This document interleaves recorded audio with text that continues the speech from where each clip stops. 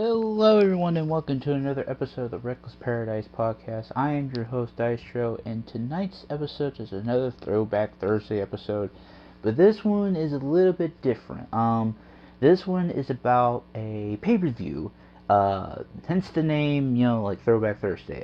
Usually, when I talk about Throwback Thursday, it's usually about a pay-per-view or a match or something, but this time around, it's about a pay-per-view show. And it's Battleground. We had just had the latest Battleground event in May of this year, and I kind of wanted to go over its first incarnation to current day stuff, kind of like just go over as a whole, just to kind of like just spread the word of mouth and all that stuff. So here we go. WWE Battleground, known as NXT Battleground for 2023 and 2024. And the event was established in 2013, was held annually until 2017, and then it was revived 6 years later as an annual event for NXT. From 2013 to 2017, the event was broadcast on traditional pay-per-view, and beginning in 2014, it began simultaneously be live streamed on WWE Network. Gosh, those were the days, huh? Which was extended to Peacock beginning in 2023. The inaugural 2013 event was held in October and replaced Over the Limit, I should say. In 2014, Battleground moved up to the July spot, and then becoming the promotion's annual July pay-per-view. To coincide with the brand extension that was reintroduced in July of 2016, the 2017 event was held exclusively for SmackDown brand wrestlers. The event was then discontinued as WWE reduced its monthly yearly pay-per-views produced around brand-exclusive pay-per-views, were discontinued following WrestleMania 34 in April of 2018. After 5 years, the event was revived in 2023. It was an annual event for NXT.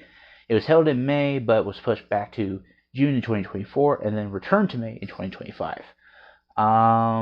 This one is actually kind of an event that is synonymous with the first incarnation, I should say.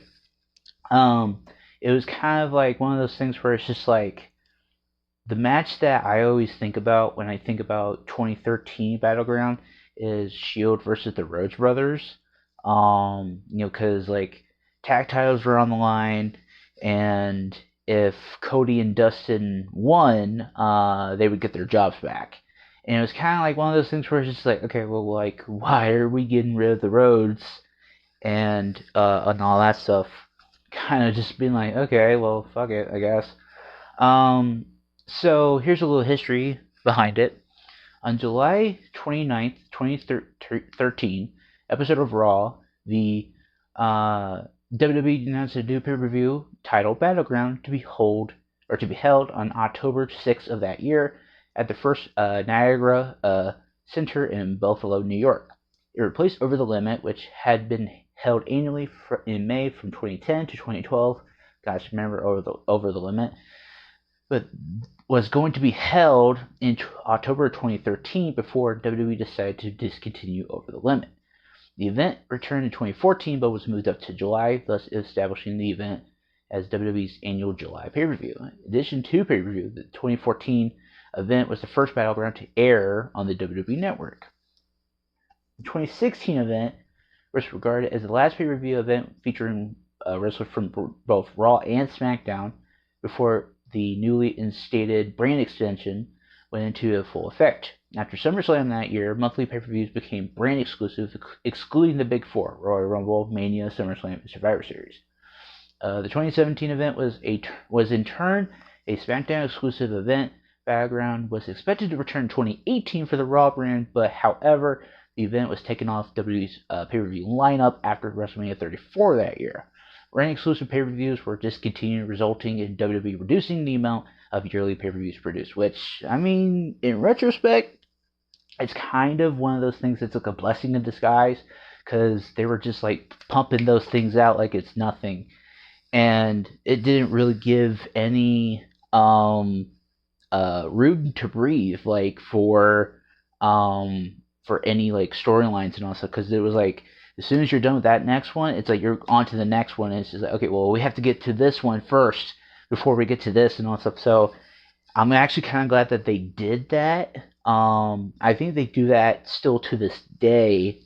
I think now with NXT and the main roster. But I just really don't know how it would have. I guess in retrospect, I guess I don't know how it would have done. Trying to follow up on WrestleMania 34 in that year. But on March 30th, 2023, WWE announced that Battleground would be revived for its developmental brand or developmental territory, NXT, scheduled on May 28th, 2023. The event was live streamed for the first time on Peacock in the United States due to the American version of the WWE Network merging under Peacock in March of 2021. Unlike previous Battlegrounds, it did not air on pay-per-view as beginning with the 2022 calendar year. NXT's major events were only available via WWE's live streaming platforms. NXT Battleground also went head-to-head with Double or Nothing, a pay-per-view produced by All Elite Wrestling, which is AEW's flagship event, marking the first time since 1989 that two major promotions produced a major events head-to-head after WWE's WrestleMania 5 and WCW's Clash of the Champions 6.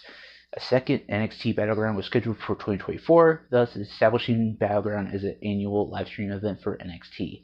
It was originally scheduled for May 26th, but was pushed back to June 9th. And so we're gonna kind of go over all of the Battleground pay-per-views and the matches that were in it and all that stuff. And I kind of want to do a fantasy booking concept for Battleground 2013. So I guess we'll save that for last. But I guess we'll just start with the NXT Battlegrounds. This was the first NXT Battleground 2023, and Battleground was held on the same day as Double or Nothing, like I said. And from what I can tell, I think I watched this live. The opening match was Wesley versus Tyler Bate versus Joe Gacy for the North American Championship, which was actually a really good match. Noam Dar defended his NXT Heritage Cup against Dragon Lee, which was actually really good. Ilya Dragunov versus Dijak in like a really, really kick-ass last man standing match. Gallus Boys, Mark Coffey and Wolfgang versus the Creed Brothers for the NXT Tag Titles. It was okay. It was kind of like a cool-down match. And then Tiffany Stratton versus Lyra Valkyria for the vacant NXT Women's Championship, because at the time, Indy Hartwell had won it, and then she got injured, and so she had to vacate it and all that stuff. And then Carmella Hayes defeated Braun Breaker for the NXT Championship. It was like the two matches that kind of got a lot of time was the last man standing match and the NXT Women's title match, which is interesting. Dave Meltzer rated the last man standing match 4.75 stars, which is the highest rated of the night. The lowest rated matches were the NXT Heritage Cup match and NXT Tag Team title match, both receiving 3.25 stars each. The opening triple threat received 3.5 stars, same as Tiffany and Lyra, and then finally the main event received 4 stars. Yeah, rightfully so. The last man standing match was rightfully so, because there was like a lot of drama involved and all that crap too, and it made it like a very, very, very, very good match for both Ilya Dragunov and Dijak. So then we're going into 2024 NXT Battleground Las Vegas, held at the UFC Apex, holds like a little over 650 people. Not a big, huge crowd, but that's alright. from what I can remember, I don't think I watched this one live either. But I do remember that I think I caught the end of it. I think I do remember the triple threat for the North American Championship, Oba versus Wesley versus Joe Coffey. That was actually a really good, like hard hitting affair for all three. Trick Williams defeats Ethan Page for the NXT Championship, only a little over 12 minutes, which is crazy. It's just like, that's crazy, like a little over 12 minutes, and it's like, dude, you can make them go longer. But yeah, like the one match that got the most time was the Roxanne and Jordan Grace match. That's crazy. That's actually crazy that they got a lot of time. I mean, it's not like, astronomical, but like, come on, dude. It's the main event. And then we're going into the final NXT Battleground of this year. Kind of going over what happened here.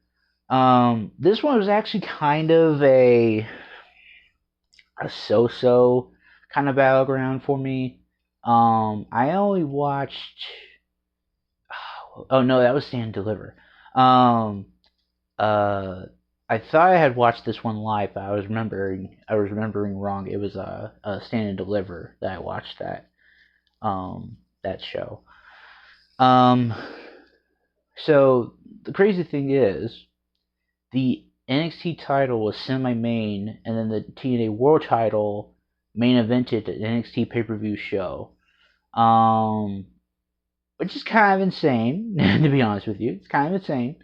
Because you never thought in a million years that a TNA championship would main event a NXT show. But to be proven wrong, that's crazy. So we're gonna go into the WWE side of things here. We're starting with Battleground 2013. There was 9 matches, and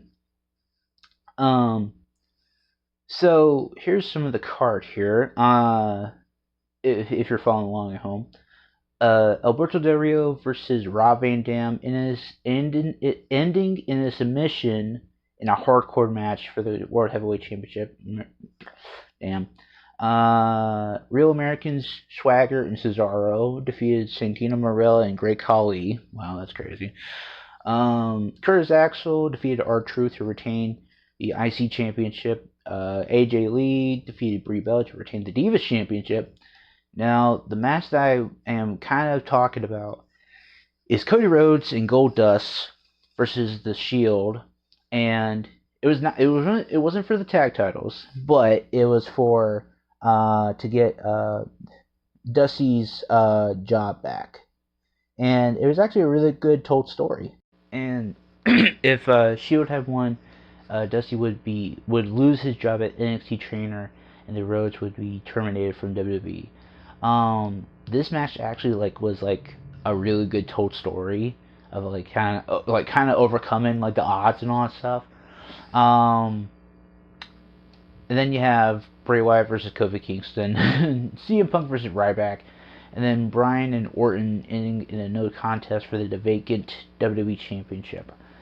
So if I can put my little fantasy booking cap here, I would have used this show to reintroduce or introduce to the main audience.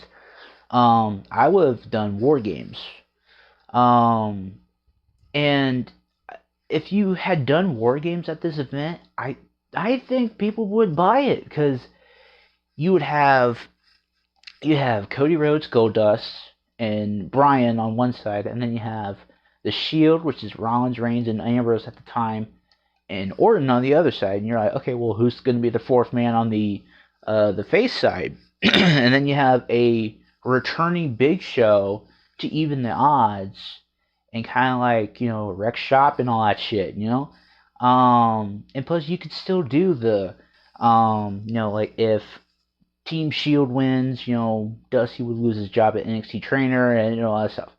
And you don't have to do the vacant WWE Championship and all that stuff either. Save it till like the next pay-per-view, which would be Hell in a Cell. And we all know how that goes. But like, you could have just done that there, and I think that would have been a really, really, really good like final like match for that pay-per-view. It would have, I think it would have sold a lot of tickets if you would have brought back War Games to a main audience, because not a lot of people know what War Games is. So kind of like give them a little history lesson, kind of show like Dusty Rhodes, he's the inventor of the War Games and all that stuff, and you have Dusty on the outside just like watching his boys and all that stuff. But like, you gotta like, I wish they would have done that at the Battleground in 2013. I wish they would have done that, because there would have been really good television leading up to Battleground. And plus, like, why not? It's it fits for War Games here. It's called Battleground for a reason. I think they just missed the opportunity on that, to be honest with you. I wish they would have just done it there, but I mean, whatever. Okay. Before I go on a little tangent here. Going into 2014, the second ever Battleground event, we have two pre-show matches. Wow. Adam Rose versus Fandango didn't go a minute and a half. Wow, that's crazy. Excuse me. So we have Usos versus the Wyatt family in a 2 out of 3 falls match for the WWE Tag Team Championships, which this match was actually a really good fucking match. Really kick-ass match, too. AJ defeats Paige for the Divas Championship. Rusev Jack Swagger.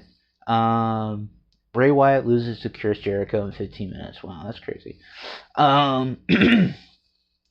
Miz wins a Battle Royal for the vacant Intercontinental Championship.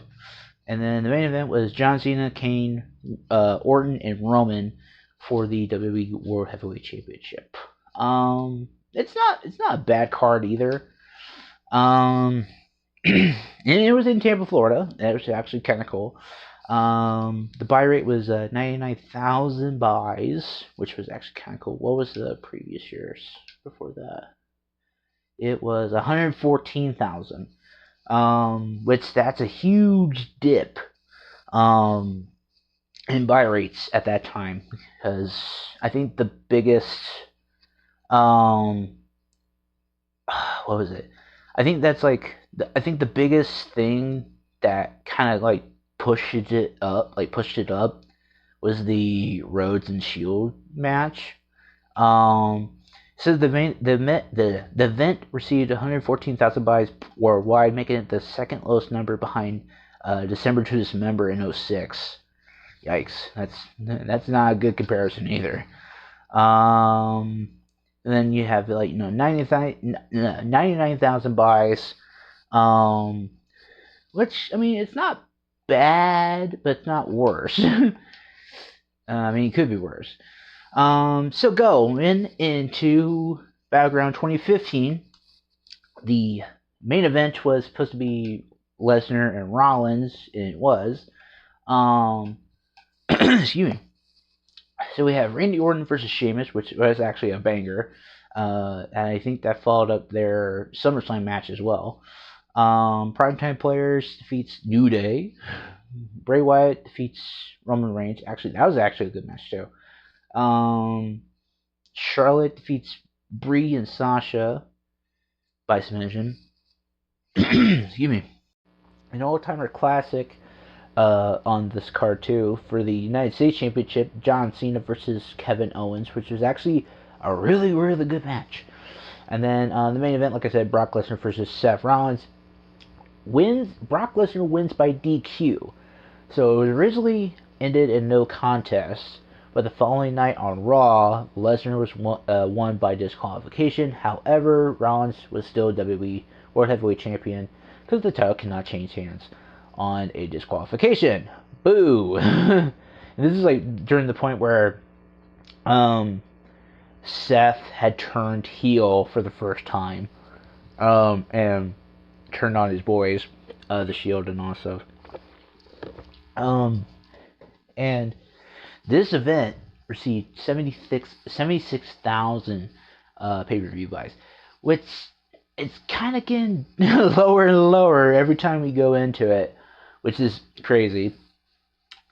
Going into 2016, let's see.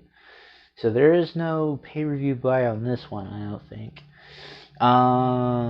This was the last event to feature the WWE full main roster before the brand split, like I said. Oh boy, this one's gonna be a rough one. Breezango versus Usos almost in 5.5 minutes. Wow, that's crazy. Sasha and Bayley versus Charlotte and Dana Brooke. The Wyatt family with Bray Wyatt, Bray Wyatt, Eric Rowan, and Braun Strowman defeats New Day in almost 9 minutes. Rusev defeats Zack Ryder for the United States Championship by submission. Hate to see it. Sami Zayn versus Kevin Owens, which that's actually a good match too. I remember this match being on the Best of 2016 DVD that they had at that time. Miz and Darren Young in a double disqualification for the IC Championship. Like, I mean, come on. You know, you could have done Miz and Darren Young. You could have done, like, a lot of stuff with them. Especially Darren Young, like, because he's a really good fucking worker. Yeah, just hate to see it. Big Cass, Enzo Amore, and John Cena defeats The Club, AJ Styles, Luke Gallows, and Carl Anderson. And then the main event was the Shield triple threat that we all wanted to see. Dean Ambrose, Roman Reigns, and Seth Rollins. That match was actually on the Best of 2016, I think, as well. I don't see, like I said, I don't see a buy rate for this one, which is sad. And then going into 2017, oh boy, this one's gonna be a tricky one, I guess, if you want to call it that. So New Day defeats the Usos and gets their SmackDown Tag Team titles back. Nakamura defeats Baron Corbin by DQ. Boo. Natalya defeats Becky Lynch, Charlotte Flair, Lana, and Tamina in a Fatal 5-Way elimination match to determine the number one contender for the SmackDown Women's Championship at SummerSlam, which I think was Natalya and what was it? It was Natalya and let me see here. Natalya and Naomi. That's what it was. Naomi. Wow, it's like I couldn't fucking remember. Natalya and Naomi, huh? That's crazy. That's so crazy to me that it's like I didn't remember freaking Naomi ever winning like the SmackDown Women's title. That's crazy. Kevin Owens defeats AJ Styles for the United States Championship, which that is actually a good match too. Cena versus Rusev in a flag match, which okay. Sami Zayn versus Mike Kanellis. Actually, I don't want to like harp on Mike Kanellis that much. I mean, it's like he's a good worker, but it's just like you could have done a little bit more with Mike Kanellis and all that stuff instead of being like, you know, a cuckold and all that shit to Maria, who was super fine, by the way. And Jinder Mahal defeats Randy Orton in the Punjabi prison match. Oh boy, which almost like 30 fucking minutes. That is fucking crazy. Oh, okay. It's like, you know, okay, so this, I'm going to read the reception on the 2017 part. It was viewed as one of the weakest pay-per-views of the year, with Dave Meltzer calling it the worst pay-per-view of the year in his anti-Slammy Awards of 2017. The event was also ranked second worst pay-per-view of 2017 by the wrestling channel Cultaholic in their 2020 ranking of every 2017 pay-per-view ranked from worst to best, only behind Fastlane that year, which is fucking crazy. The highest rated match per Meltzer's ratings was New Day vs. Usos, which, to be honest, that's fair. The flag match was rated 3 stars. The Fatal 5-Way women's match was rated 2.5 stars. Nakamura and Corbin was rated 1.5 stars. Same rating for English and Ty Dillinger. Boo. Owens and Styles was rated 3.25, which that's high honors. Zayn and Canellis was rated 2 stars, and the main event received the lowest rating at 0.75 stars. That's because Jinder Mahal and Randy Orton do not click. That is why.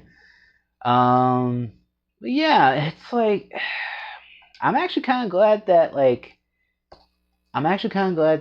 NXT kind of picked it up again. Which is like, it kind of like bears to like be like, okay, look, the NXT brand's gonna do some big things, so let's let them run the ball. Let's let them run with the ball, and we'll get to the promised land. And I'm sure they would not disappoint you, and they haven't so far, which is a good thing. I kind of want to see the reception on the NXT ones if I can here. Okay, so that was the first one. But yeah, like NXT Battleground over the main roster ones, I would say the NXT ones are a little bit more better. That's just me. That's just my preference and all that stuff. But I mean, like, NXT Battleground as a whole, and the WWE Battlegrounds as a whole, it's like, it has its bright moments, it has its weak spots and all that stuff, but there's always something for everybody on the show. Or on these shows, I should say. The first one, it kind of like, it was the tip of the iceberg, and then like the next year went down, and the next year after that went down. And if you notice, like in the first one, it was like over 11,000 buys, like over 100,000 buys, which is not bad. Like I said, it's not bad. But then like when you go to 2014, it was like 99,000, and then 2015, it was like in like the 70,000s and all that stuff. So it's like it was starting to go down a little bit.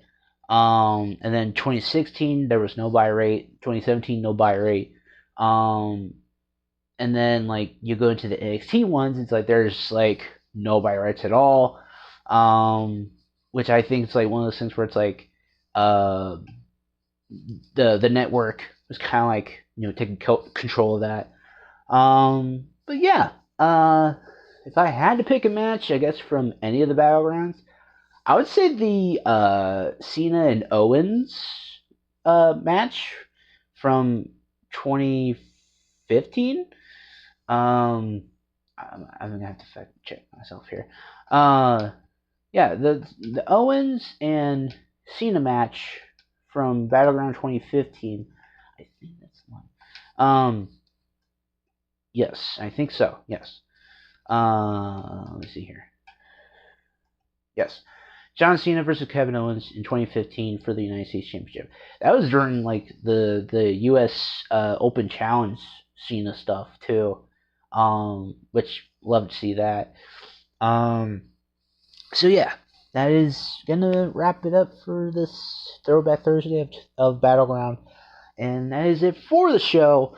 Thank you so much for listening and or watching. If you made it to the end of this video, we do really appreciate it.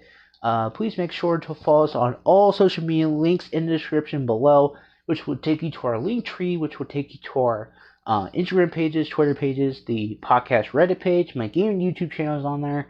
I am super close to 1560 subscribers right now. And tonight's song of the night, it is a band called Down Straight, and the song I chose was Kingdom. It is Cody Rhodes' theme. And I think it was very poetic, I guess, if you want to call it that. But yeah, that is it for the episode tonight. And I will see you next Thursday. Peace!